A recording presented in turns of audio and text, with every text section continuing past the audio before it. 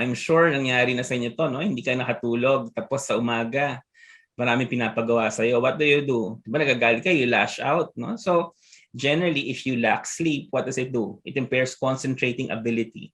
Someone who actually lacks sleep chronically is worse than a drunk driver. Kaya nga when we talk about sleep disorders, no, sa specialty namin, hindi lang siya individual disease eh.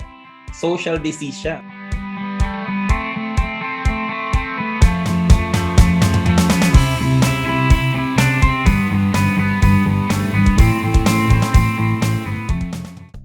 When you talk about proper sleep, it means several things. No, it can mean one, quantity. So how long you sleep.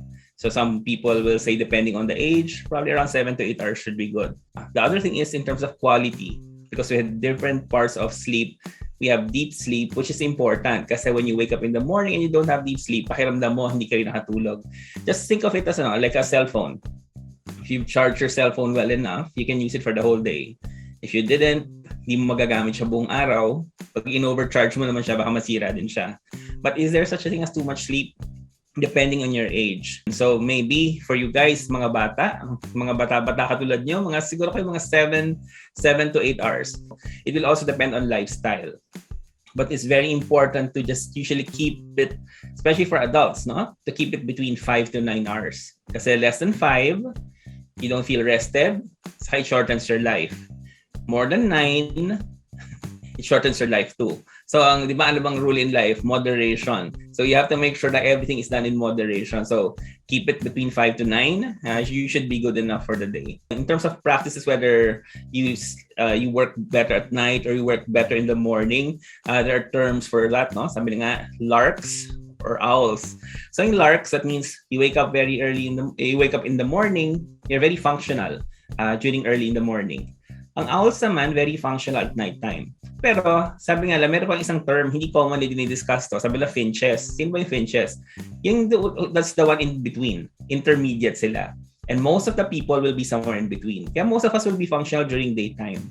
But you'll notice some people are very functional sa gabi, no? Yung parang nakaka-aral ako, nakaka-absorb ako lahat at nighttime. So, this is an example of where we look at where we are more active. It's very difficult per se to identify which one. But as we move through the age also, no, you'll notice this. Pag teenagers, anong ginagawa ng mga teenagers? Nanonood, nag-gaming hanggang alas 3 ng umaga. Pero yung mga lolo nyo, ano nakikita sa mga lolo nyo? Mga 5-6 p.m. pa lang tulog na yan, tapos gising yan ng mga 2-3 in the morning. So there will be changes in the quality. I don't want to be too technical, but we have to have deep sleep.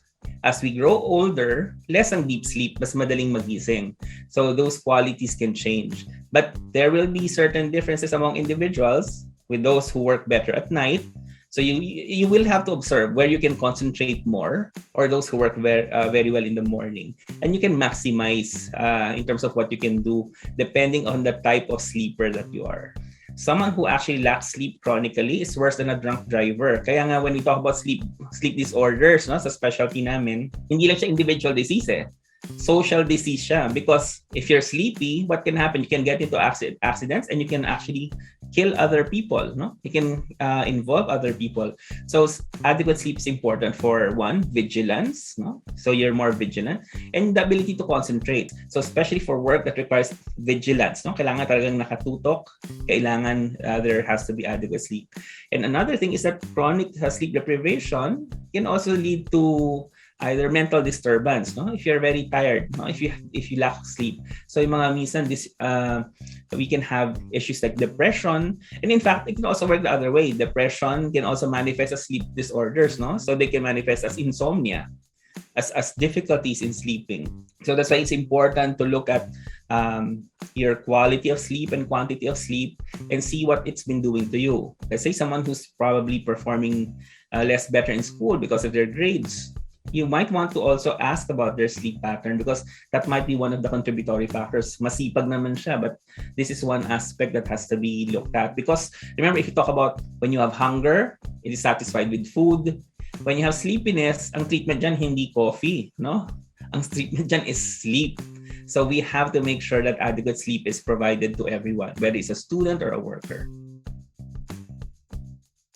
So kung ako tatanungin, in terms of should we prioritize our sleep over our deadlines, we have to remember, no, if we divide our entire life 1/3 of it we spend in sleep. That means we need that 1/3 to make the other 2/3 work. However, life has deadlines, no? Pag sinabi sa inyo matulog lang kayo, baka hindi kayo magkaroon ng trabaho, hindi kayo ma-employ, or if you're employed ka, baka matanggal ka sa trabaho. So there are deadlines. So what's important is to make sure that our sleep is enough that enables us to be functional and that we meet our deadlines. And here's yung pinag-uusapan natin, yung mga basic advice. Ito is what we call sleep hygiene. Sleep with the duration. Hopefully mga 7 to 8 hours should be good. Next is that we have to have regularity in our life. Try observe regularity. That means wake up at the same time every day. We may sleep at different times, pero wake up at the same time every day, and that will maintain consistency. And anong favorite hobby nila ng mga tao? Ang pampatulog nila is the cellphone or social media. Light will enter your eyes and will cause your brain to secrete less melatonin, which is actually the one that also is a sleep promoter. So dapat yung mga devices, TV, hindi na ginagamit. And you have to make sure that your body knows that once it lies down, it is meant for sleep. But per se, it's not meant for you to eat, read, and do anything else in bed. And for some people, nag-work yung sabi natin mga things like yung white noise. No? Some people with the sound of rain, sound of the ocean, it helps promote sleep. No? So there are quite a few things that we can add on top. But basically, if we now, as we said, observe what we call sleep hygiene, it's going to help us sleep, it's going to make us functional, and we will meet our deadlines.